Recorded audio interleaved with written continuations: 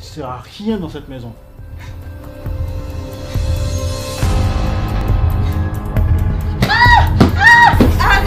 Arrête, tu me fais mal. Arrête. Après sa soutenance, elle s'écrira: mon siège trouvera enfin le repos qu'il mérite. C'est sur cette publication que je vais le voir tout à l'heure, sans l'avoir même préparé dans mon speech introductif. Je lance cette émission pour dire, porte sur une thématique tout à fait triste, mais qui fait l'actualité depuis ces quelques dernières semaines: le harcèlement sexuel et les violences faites aux femmes. Bienvenue sur Glady. Bienvenue sur Glady. Bienvenue sur Glady. Glady. Glady. Glady.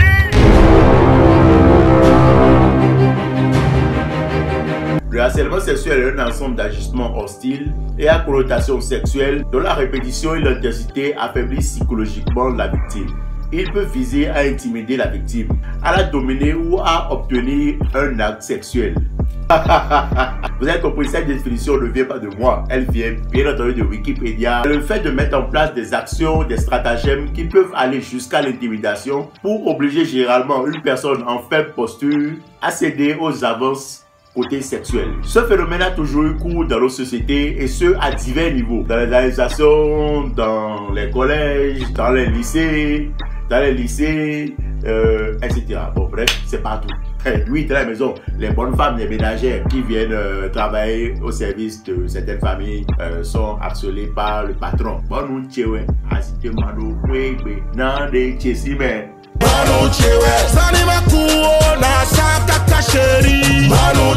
Bref, ou même dans les lieux de culte.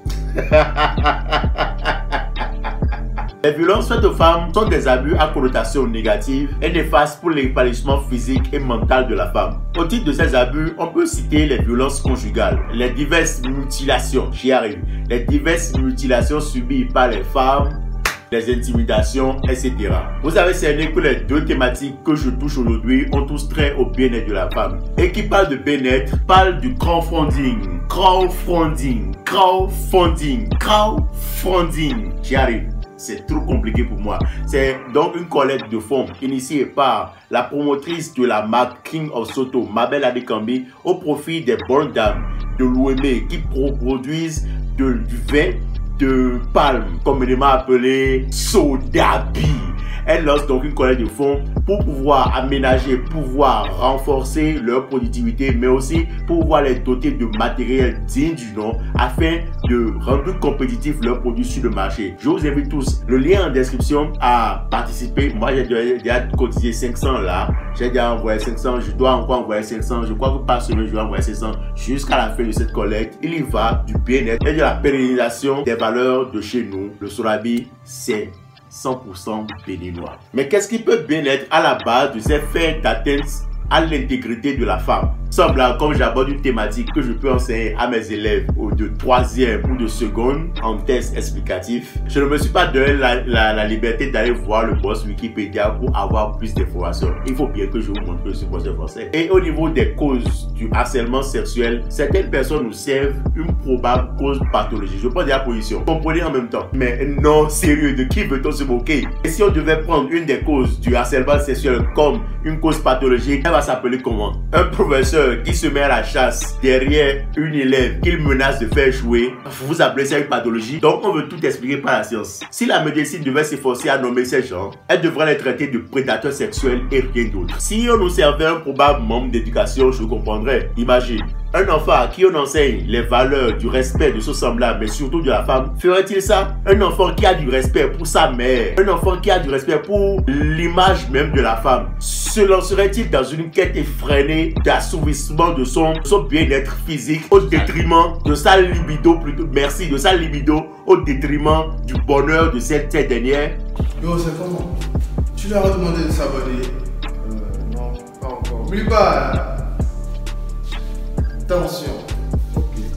Il y a des gens qui n'ont jamais eu le culot de faire face à une fille et d'aller la courtiser. Du coup, ils se servent de leur position actuelle pour pour assouvir leur envie refoulée depuis des années. Quand je vois les statistiques qui montrent que près de 86% des femmes victimes d'agressions sexuelles connaissent leur agresseur, on comprend pourquoi on se méfie des harceleurs. Et il faut vraiment se méfier d'eux. D'ailleurs, je ne comprends pas à quoi ça sert de courir derrière une fille qui vous rejette, qui ne veut pas de vous. Mais à part le harcèlement sexuel, la classe des violences faites aux femmes, devenues criades ces temps-ci, serait due à plusieurs raisons. En ce qui concerne la mutilation génitale et autres pratiques, ils ont plus trait à des croyances relatives à certaines communautés. Et là encore, c'est la femme qui sert d'instrument pour régler des problèmes culturels. L'excision, par exemple, au nord du Bénin est une pratique rétrograde, mais elle continue toujours, elle est criade. À part les mutilations génitales, les violences conjugales.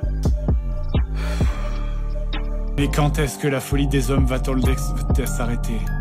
Un sujet que les féministes même peinent à défendre parce qu'il y a des antiféministes inavoués qui derrière restent derrière un masque pour pouvoir argumenter certaines violences faites aux femmes. Au Bénin, les violences basées sur le genre concernent la majorité des femmes et des filles.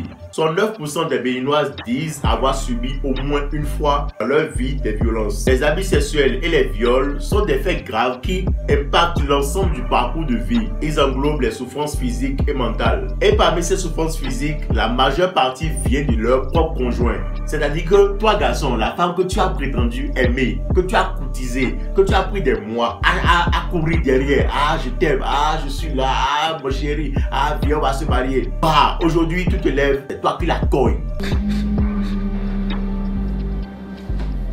L'OMS a répertorié quelques raisons qui expliquent ces violences conjugales. J'avoue, certaines me font rire et d'autres vont pleurer. Et moi, je ne pleure pas pour pouvoir cacher ma frustration. Parmi ces raisons, il y a, premièrement, ne pas oublier à son mari. Lui répondre quand il te parle. Ne pas préparer le repas à temps ou carrément ne pas du tout préparer le repas. La place de la femme, c'est à la cuisine. Fâchez-vous comme vous voulez, je m'en fous. Ne pas s'occuper des enfants. Ça c'est le plus fort, c'est le fait d'interroger son mari sur les dépenses financières, les dépenses d'ordre financier ou de l'interroger sur une éventuelle relation dehors. Aller quelque part sans l'autorisation de son mari. Refuser de faire l'amour. Arrête. Et moi je veux faire l'amour. Je veux faire l'amour. T'es un malade, Bernard. Un malade.